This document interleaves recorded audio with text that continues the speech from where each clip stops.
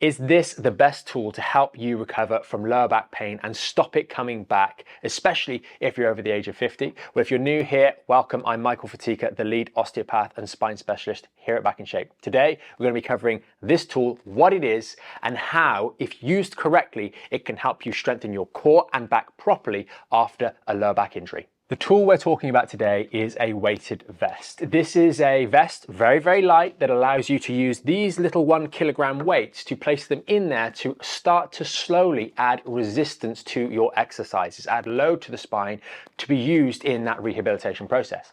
You can get some like this one, which have slots for 20 kilos. You can get others 30 kilos, or you can get smaller ones that might allow you to have 5 or 10 kilos of these little weights to slot in as you progress through your rehab. The reason this is such a great tool for your back rehab is that it allows you to overcome one of the main challenges that many people in that group I mentioned earlier, over 50s, struggle with. And that is the simple fact that your arm strength is never going to be as strong as your lower body strength. And in that recovery and rehab process, frequently we found with members over the years, a real factor that limits recovery and rebuilding of strength in your lower back is the strength of your grip. You simply can't hold enough weight or enough resistance safely and effectively without your arms giving out before the lower body. And therefore we reach a stopping point in our rehabilitation without ability to progress effectively. Using the weight vest in combination with some dumbbells or some kettlebells can allow you to continue to progress and build strength in your lower back at a time when your arms or hand strength simply won't allow you to progress. We'll show you a little bit later on how we do this, but for the time being, understand that this tool could be what you're looking for to help you build resilience in your lower back. As all too often, people go through the initial core exercises, just like the ones we covered in the recent video, 5 core exercises you must be doing for lower back pain. They'll cover those first 2, the ones that are on the floor, such as the bird dog or the dead bug or other core-based exercises that we think of as core strengthening. But they aren't able to effectively transition into the proper exercises to really build spine strength and safeguard your lower back from future episodes of back pain or sciatica. Before we get into it, you've probably just seen me loading this vest up. Make sure you always load the front and back equally. We've got 5 kilos on the front and 5 on the back, so we've got a 10 kilo vest right now. So for the purposes of today's video, we'll assume that you've been using weight correctly to start to build the strength in your spine as you've been going through your rehab process. And really, we're talking about how we can feed this in effectively.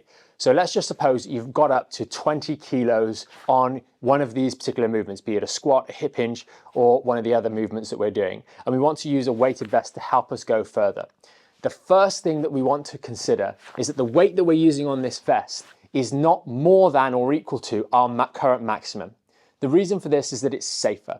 So if I've gotten up to using a 20 kilo kettlebell and I'm struggling to hold it with my arms and I'm not able to focus on my lower body, on my spine, on my core, I'm going to use 10 kilos on here. I'm going to hold on to a 10 kilo weight. Before we get into how to use the weight vest, let's cover the best exercises that you can use. As mentioned already, we did that full video on the 5 exercises to strengthen your core, and 3 of those are the squat, the hip hinge, and the split squat or reverse lunge. These 3 exercises work perfectly for something like a weight vest. It means that you can effectively combine a kettlebell or a dumbbell, holding it here to do your particular exercise, whatever it is, and benefit from the dual weights rather than just having to focus on one. So now we know what exercises we're going to be doing. How are we actually going to incorporate this weighted vest to make things effective? Well, first and foremost, you've been building up your weights on these particular exercises to build strength and resilience in your lower back, strengthen your core, etc. And you're going to do this steadily over a period of time.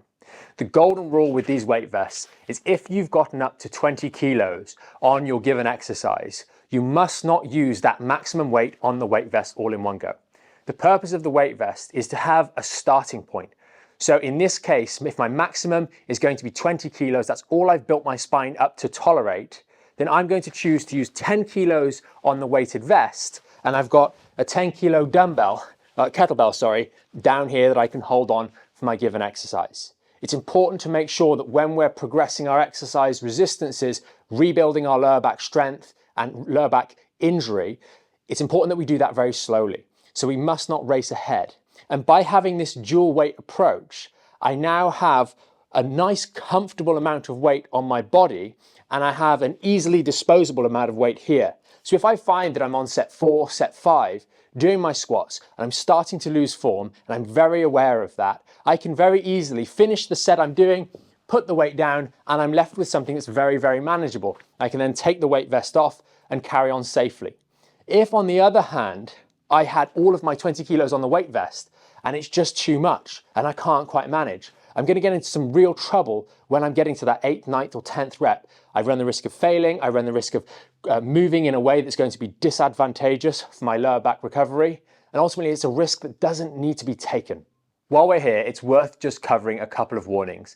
You will have seen weight vests used to lose weight, to do this, to do that and the other. And our advice for you specifically, if you're struggling with recovering from lower back pain and you're doing the necessary work, like we've just mentioned, using the weighted vest, stick to using it within your workouts. Pop it on, do the workout, take it off and put it away. Don't be tempted to start wearing this thing around the house to burn more calories.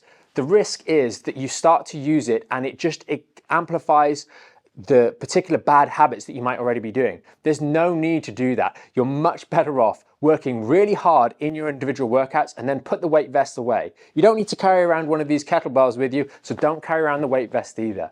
Yes, again, some of you might be tempted to go on long hikes or long walks with the weight vest. There is some degree of credibility to having a short period, maybe it's on a treadmill or for a 15 to 20-minute walk using one of these, but you must make sure that you do that in a slow manner. You build it up very slowly, as carrying the extra weight will start to tax your discs and your spine as you're putting it under that extended load, and you don't want to go too far too soon. So really stick to using the weighted vests within your workout as a tool to be able to carry more weight to progress your rehab process, rather than using it for other purposes outside of the gym or outside of the workout setup.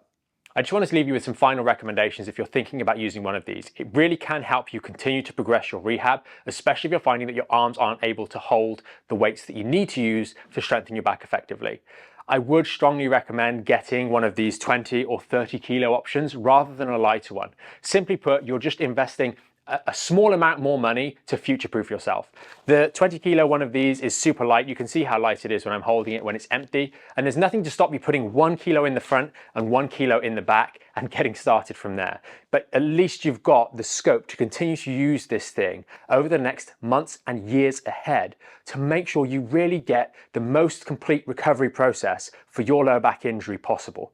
And by just getting something that's a little bit more expensive, you'll find that you've got plenty of time to work on using all of those slots and building up that weight alongside the weights that you've got at home. Hopefully you found this video helpful. If you have and you're thinking, okay, that's great, but how do I work forwards to build the strength in my lower back?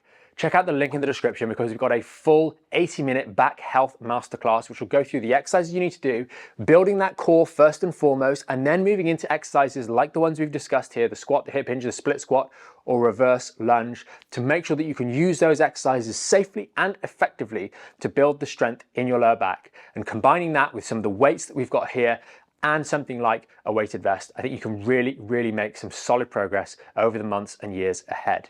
And of course, we've always got the Back in Shape membership, where we can help you a little bit more directly make that progress with the step-by-step instructions and the full 4-phased Back in Shape program. If you made it this far, thanks so much for watching us. If you've got any questions or comments, use the comment section down here, and we hope to see you in the next video.